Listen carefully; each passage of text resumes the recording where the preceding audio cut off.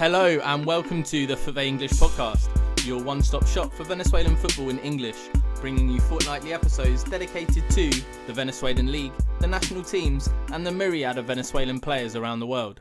Welcome back to the FUTVE English Podcast after a 2-month break for the English summer, and I'm very pleased to say that I'm here today with somebody that is undisputedly a legend in Venezuelan football, although for a foreign audience, you may regrettably have not heard his name. I am joined today by Cheche Vidal, somebody who I can only introduce with a list of accolades: an Olympian, the Venezuelan Footballer of the Year at the age of 20, the founder of FIFA.com, involved in the organisation of 3 World Cups, the founder of the Players Union in Venezuela, the founder of the Association of Venezuela's Olympic Athletes, and amongst all of that, and amongst the playing career, managed to fit in time to study for a bachelor's and a master's degree. I will stress, whilst during his playing career. It is my honour to welcome Cheche Vidal to the podcast. Cheche, thank you for joining us. Thank you, Jordan. It's a true pleasure, actually, to talk to you. And I don't have much to say after that introduction. The only thing I have to say to you is that I grew up in a country where soccer players had to be something else in order to actually be able to be a soccer player. And all my idols were engineers or doctors. So it's, you had to study while you were actually playing the game.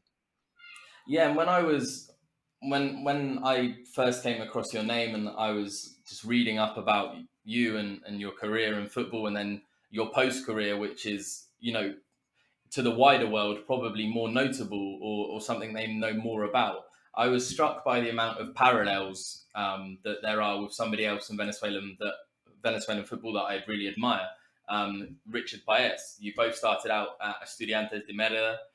You're both, aside from football, degree holders and further educational holders, and also at the same time in the development of Venezuelan football, you found yourself fighting against a status quo that didn't want to be or wasn't acting as professional as perhaps the players that it had the ability to meet the level of.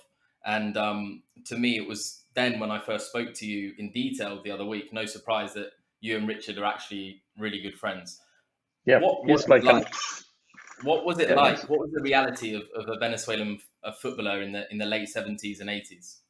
It was, first of all, let me start by just describing Richard. To me, is like an older brother. When I came into the game in 1978-79, he was already the player of Venezuela. I mean, Luis Mendoza was before him, and he was the sort of like the star after Luis Mendoza. So when I actually play with them on the national team, they were my,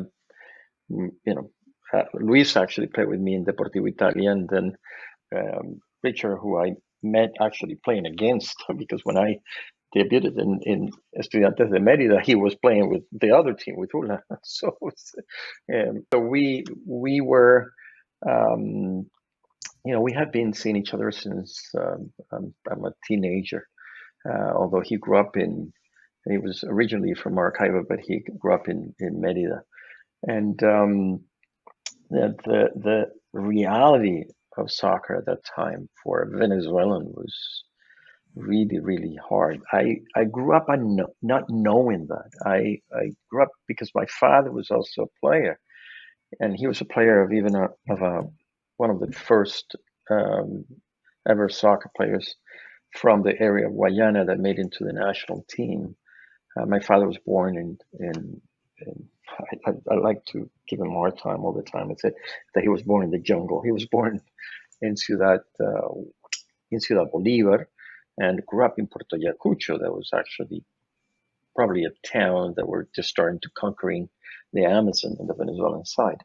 So he actually came to Caracas to go to school, and then ended playing soccer and made the Venezuelan national team very fast. And then after that, he went on to become an official with both the league and then with the federation, all the way to the presidency of the federation. So I grew up with a father figure, and seeing him playing, and while seeing him playing at that time, there was not professional as such, so everybody around him were people that went on to become ministers or big shots in Venezuelan politics or civil life in those times.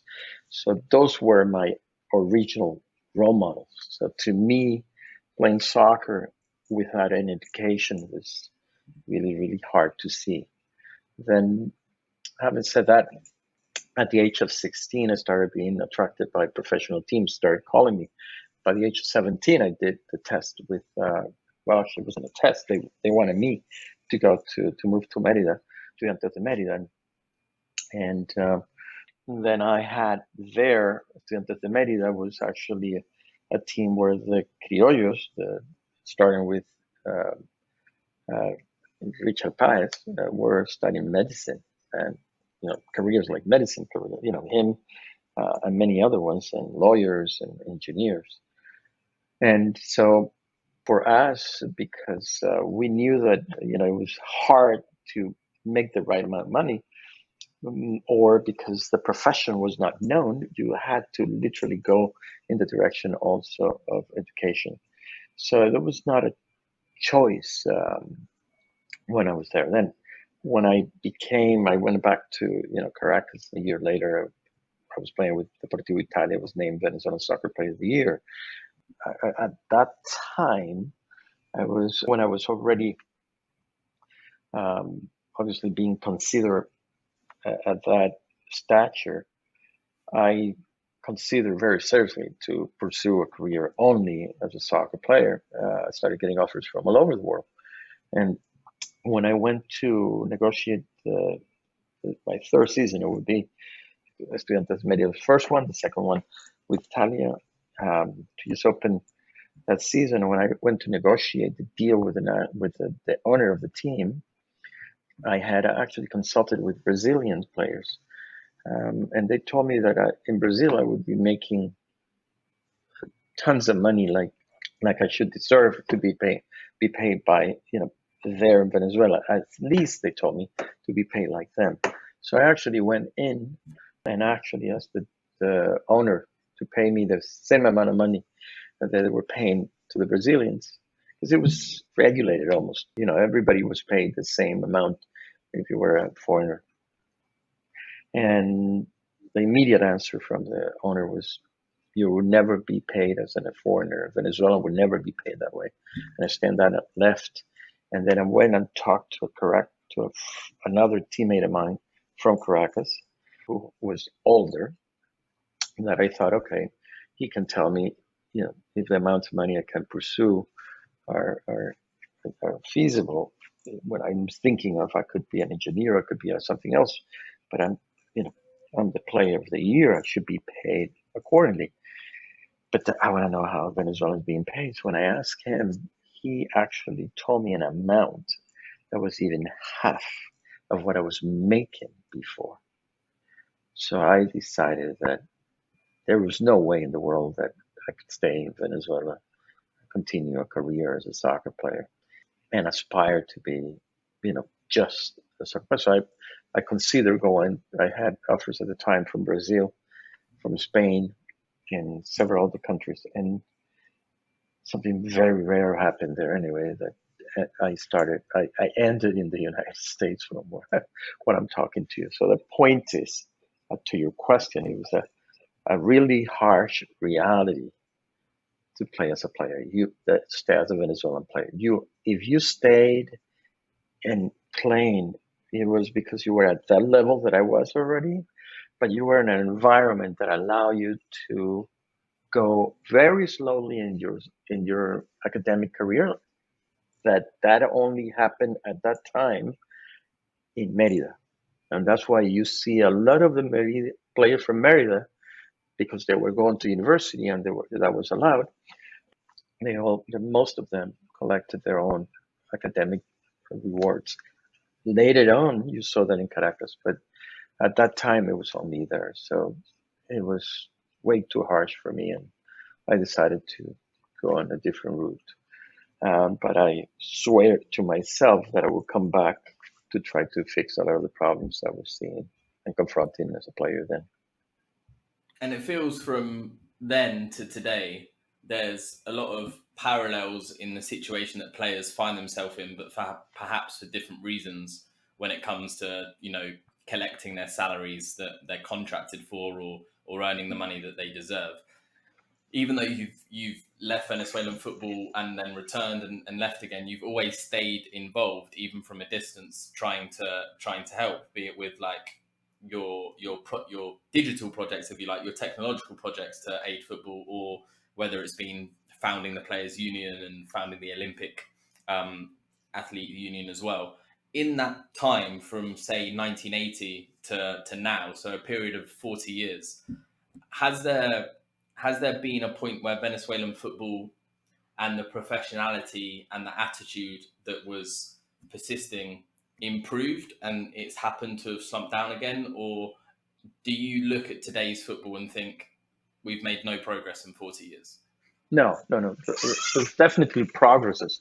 It depends on the era you speak. For example, when I left originally, it was literally 1980, right after the Olympic Games. And that decade was literally the worst decade, because what happened was pretty much what's happening today. The Venezuelans started running out of money, and there was no money to invest in the league. And what they did is they made it more Venezuelan, meaning they got more players from Venezuela.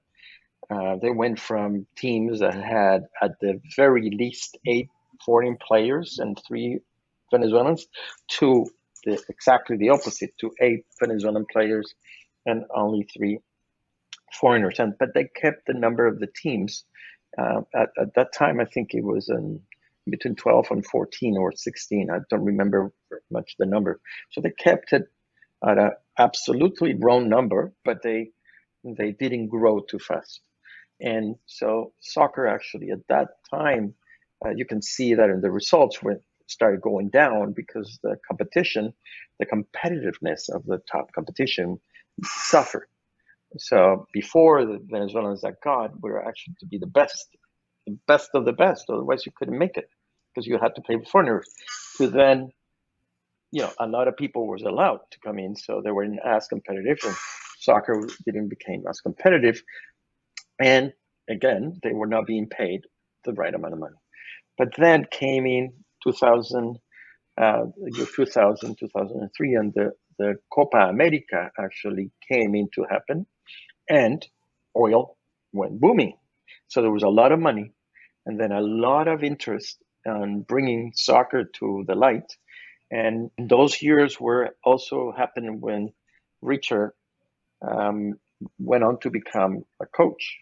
By the way, I decided to become an official rather than a coach. Richard went the route of the coach. I went the route of the officials. That's where I went to World Cups, and I want to, trying to organize the Players Association, etc. And I even ran for the presidency of the Venezuela Federation when I came back from the United States. So that year, those 2000, I decided to go back and run for the presidency of the federation. At the same time, Richard was actually going after the coaching career. So what happened then was, obviously, I tried to run. I couldn't run because the election was practically stolen. I mean, you couldn't, not stolen, you couldn't even be part of it. You were not allowed to become part of it the way that was designed. So, but then Copa America comes out and it's organized in Venezuela. There is an influx of money from everywhere. Plus, as I was saying, the oil economy exploded, and there was a lot of investment in Venezuelan soccer. So they were investing a lot of money, but they also enlarged. So there was more money, but to more people. So it was not really the quality investment. I couldn't be part of I tried to run for the Venezuelan presidency. By the way, it was the 3 of us from the FIFA world tried. Sunil Gulat in the United States, Harold McNichols in Chile, and myself in Venezuela, the 3 amigos trying to run for presidencies. And The only one who didn't make it was me. So they all made it, and they had incredible seasons with the federations. Anyway, so I lost, and I was not able even to go to the games in Copa America. That's how bad it got. I mean, um, that's a whole different show. I mean, it's like what I went through in those years was amazing, because Venezuela was going through a political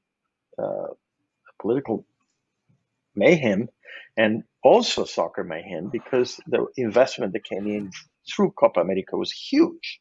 It was in the billions of dollars for the event. So soccer never saw so much investment. So that decade, from 2005 to 2015, that I was going the official side at the route, while Richard was going on the coaching side. Richard, by the way, we had organized a movement called Fútbol Mejor, that Richard was part of it. And Richard ended up being the head coach of the Venezuelan national team because he was part of that movement. And the president of the federation, in order to sort of like divide our movement, tried to bring him into this challenge that for the president of the federation, it was about killing Richard, because, he was going to lose everything. And Richard just changed the whole image, the whole history of La Vinotinto with that experience. And the frame was that investment of money, and also investment of money on advertising and publicity to the Vinotinto that had no ever seen that before. Actually, the name Vinotinto was coined in that decade because of the struggle they had in between PDVSA, representing the actual government influx, and Polar, who was until then the main sponsor.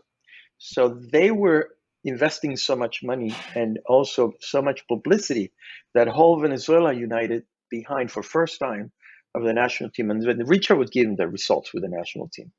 But at the same time, the investment went into the league, but they enlarged the model of the league from 15 teams, or from 12 teams that it started, all the way to 21 teams, which was exactly the worst formula you can actually imagine when you are finally going to get investment into the game. So what happened in that decade is that players in Venezuela were being paid, and were being paid exuberant, crazy numbers. Sometimes there were players in a league that didn't even have an average of 2,000 to 5,000 players, fans per game. There were being players that being paid $300,000 a year, and they were being paid on time. But it was completely exogenous. The model was completely wrong. But because so much quantity, some quality came out. And that's why you have that decade also the best results. It's just the conjunction of a lot of money, not organized, but then you had people like Richard doing the right things, taking advantage of the right players at the right moment. And that's why that decade is so different, because the frame was very different. And that meant an incredible amount of money, but it was wasted. And that's what you're seeing today. The league grew up so much. Not only the league is the second division and the third division. The whole infrastructure was grown in a way that there was no way in the world that you have to have a limited amount of money to actually continue that model. And so what you're seeing today is that we went back to the past with an even worse model and savvier people, though. There are some people today that are actually at the league as professional, as actually owners, that rather than being owners are more good managers with good ideas. It's just the wrong model, the wrong roles. I don't know how to put it up without being impolite, so I better leave it there. So the bottom line is that what you had, and just to summarize the answer, you had sort of like decades of, you know, of a lot of money invested, but never uh, optimizing the model. So what has happened is you have good times based on the fact that there was so much money invested, and then the bad times continue to be reminding us of the past because of how the model has been abused. And they need to literally re-engineer the model, and the way they have re-engineered is always to go wrong. I mean, there was something I said 40 years ago when I retired. I said Venezuelan soccer should be let to die so it can be restarted as a corporation, as an enterprise, but with knowledge, with people that understand how to do that. The problem is that Venezuelan soccer dies every season, and they restarted it even in a worse model than the one before. And the last, since the Copa America to here, has been like the most irresponsible way of managing the game that I've ever seen. I mean, there's so much money, yet the model has been completely wrong. So that's the reason why you see the issues today. There was money involved before. There was not as much money involved. Today you have TVs, you have everything you need, but it's really badly is misused, and that's really the problem. And today, this season, this year, in recent times, do you still watch Venezuelan football? And if you do, how do you feel about the game at the moment in its current state, its current level, and even perhaps its current organization? Both the league and the federation in the past 12 to 18 months have, new directors, has a new face, as it were. Yeah, in terms of the actual game itself, um, I see the quality of the actual soccer being played decrease because of what I was explaining to you. There's too many teams, and so therefore it's very bad. It's very hard to build a competition that it actually enhances its playing level, because there are teams that are, with very they're not as competitive as they should be. When you have 21 teams in a country as small as Venezuela, you're hurting the competition. So the level of the game has decreased on a day-to-day basis. But there are clubs that are actually probably not only the same standard of the best teams of the past, probably even better, but they happen to be a minority in the league. And that's the problem. Instead of bringing everybody up, they have actually brought everybody down for that particular problem. So that's the first issue. The second issue, I think, within all this investment, the first thing that it grew was the professionals around the game, meaning journalists, trainer, coaches. I mean, the new kids actually that went into the game, professional from the side to build an industry, is fantastic. And so much that there are so many out that left the country and are all over the world doing, first level markets. They're working in great markets doing what they were doing in Venezuela. So that is there. The second thing is the new federation. The new federation, it's way too new to actually measure them, but they have, what I have seen is they have some good ideas.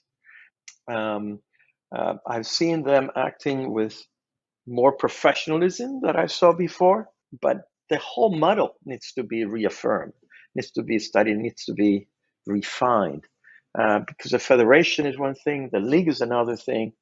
Right now, you don't really finish to understand if the league is dependent or is actually working under the federation, and the federation is trying to do too much, or the league is trying to do too much. So there's some things in there that need to be reassessed to actually go forward with the right path.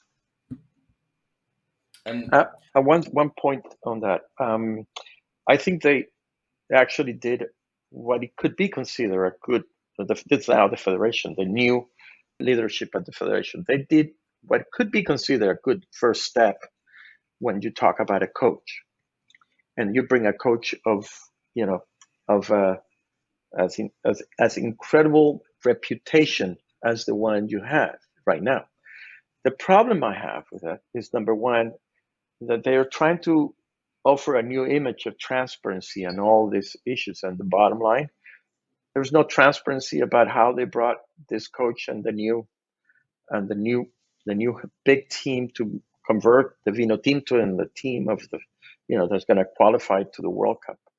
So that's the first issue. The second issue is obviously to bring somebody of that reputation. You needed a lot of money, and if you're investing a lot of money in one coach, and money is not going to the players and the league and the competitiveness of the league, then there's not going to be a coach trying to do anything unless we put the whole responsibility on bringing every player from Venezuela to play in every league possible. So this coach has, the players that are playing in foreign leagues to make sure that Venezuelan soccer, the national team, goes somewhere, but Venezuelan soccer is not going anywhere.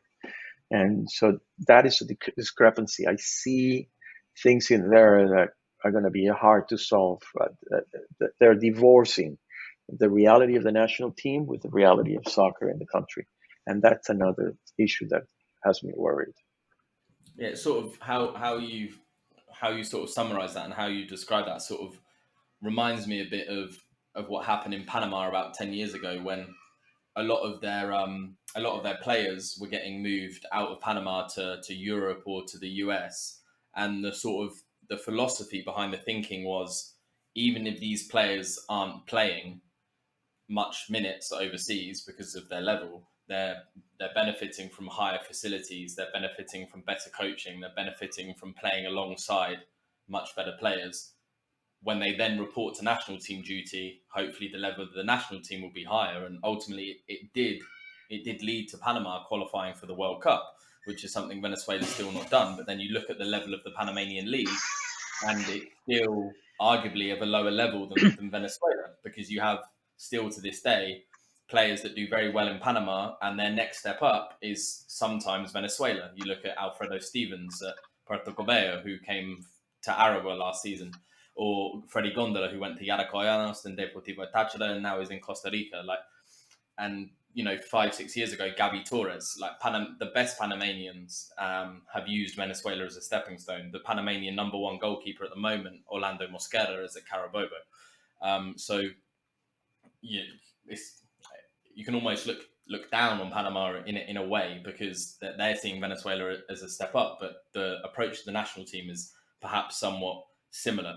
What the federation have done with the national team, like you said, is in a way something that we can be positive about, particularly with the early successes of the youth ranks of the national team since Peckerman took charge of the whole scenario and put his own people in charge. And the Toulon tournament, the Venezuela's debut participation in that competition, ending in a runners-up medal, was something that has had measurable success already. We've seen John Aramburu go to Spain, to Lasco Segovia, to go to Sampdoria and Serie A. And what I'd be interested to know is, with all your very valid criticisms, and I thank you for being so honest with them, at the end of the day, 40 years on, you are clearly still in love with football and obviously still think very fondly of Venezuelan football. So there's something that keeps you coming back and something that keeps you tied to football. What are your fondest memories of football, and what are your fondest memories of your involvement with Venezuelan football? Okay, but let me make a couple points about, because I'm actually very fond of the Panamanian example. I even know the coaches right now in Panama. The difference is Panama is placing CONCACAF, and you bringing the players out to get experience, to get to this. You can make the difference lower in between United States, Mexico, and Panama if the players go somewhere else. And they didn't bring a coach that cost as much to the federation as what you have today in Venezuela. Now, you can make the case that you need a coach for that amount of money in order to actually get the distances this high, Yeah. bringing the players all over the world. That's issue one. Issue two, Venezuela comes, if something was good that was happening before, as a byproduct of that miscalculation of the model, you had quantity of Venezuelan players. They popularized so much, they did the massified professional soccer. So young kids were coming up and being tested at the high level. So Venezuela had a generation of young players that proved to the world that they could be the world champion of the world. I mean, they were second in the world just, 5 years ago. So what you needed is a league that tested them, that bring them more competitive there. That investment should be there. And that's why I wanted to conclude, because it was a fantastic comparison with that one of Panama. And I do believe it's doable. Now, I mean, I hope, for God's sake, I hope that this bet that the federation did on the coach works for not only them, but also for Venezuela. Now, what brings me back?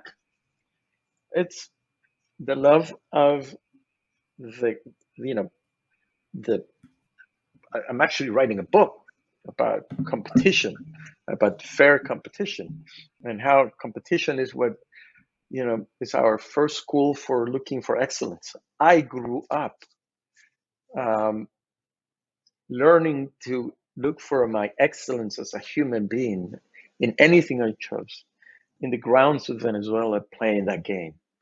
So the fact that I can actually still help improve the game in Venezuela, and for that sake, in the United States as well, that is my second, right now, my first nation, my first country. I will do my best, because there's so much. I mean, I still, I have, yeah, first of all, I have my family in Venezuela, but then I have friends that are like family. They're all involved in the game.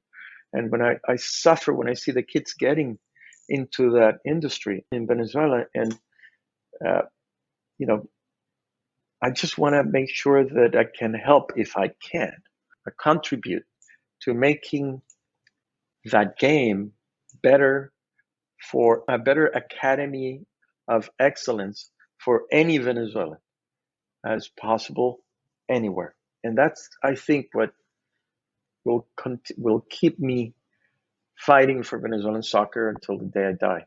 Is just to make sure the kids in Puerto Cabello and Valencia and San Cristobal and anywhere have the opportunities I had to go, to the top of the world as I have gone, thanks to what I did.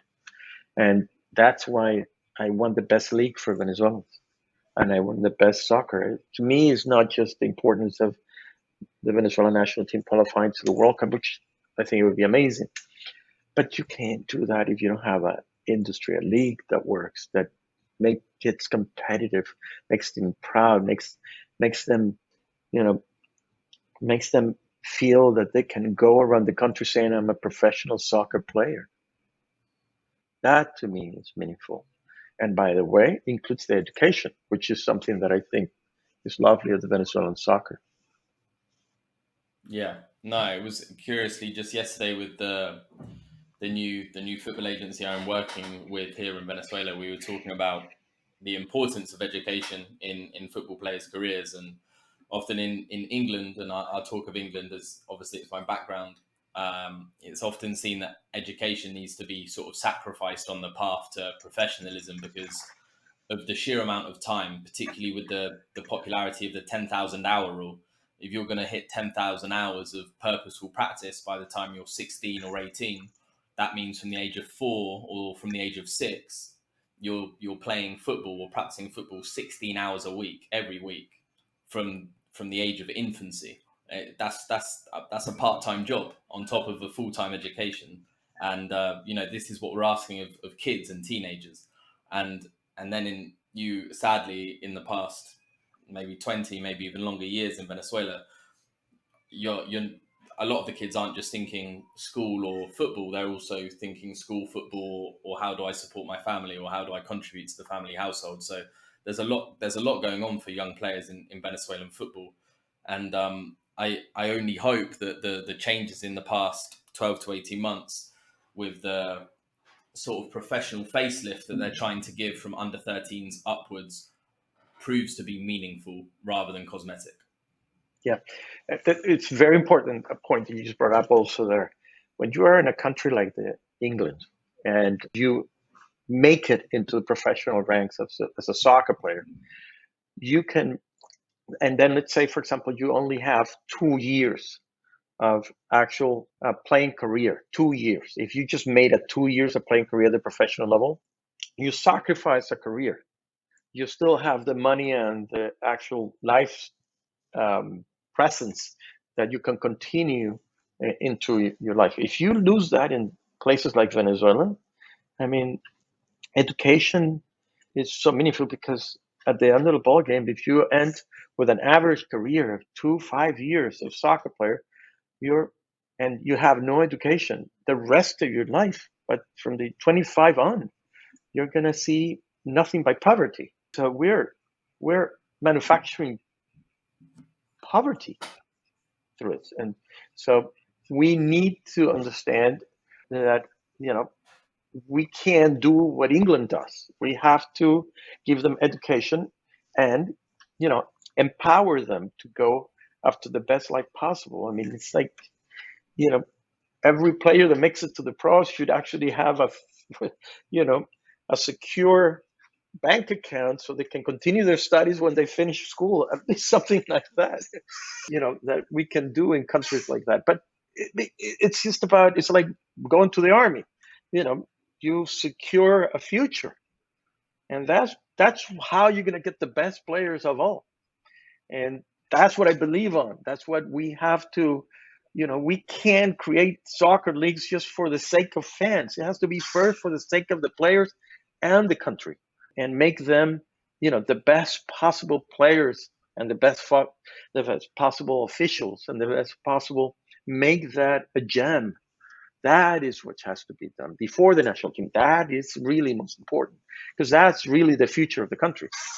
Anyway, I'm probably going too far and too passionate about it. No, not at all. I really appreciate the passion. Sometimes there's people that are willing to speak with such passion, speak with such honesty, but not in a public sphere. So to have it here is really valuable, and I really appreciate it. Cheche, and this is so important, Jordan. Let me just finish with one point. This is so important. It doesn't matter how many good clubs you have. When you don't have a good competition, they all die.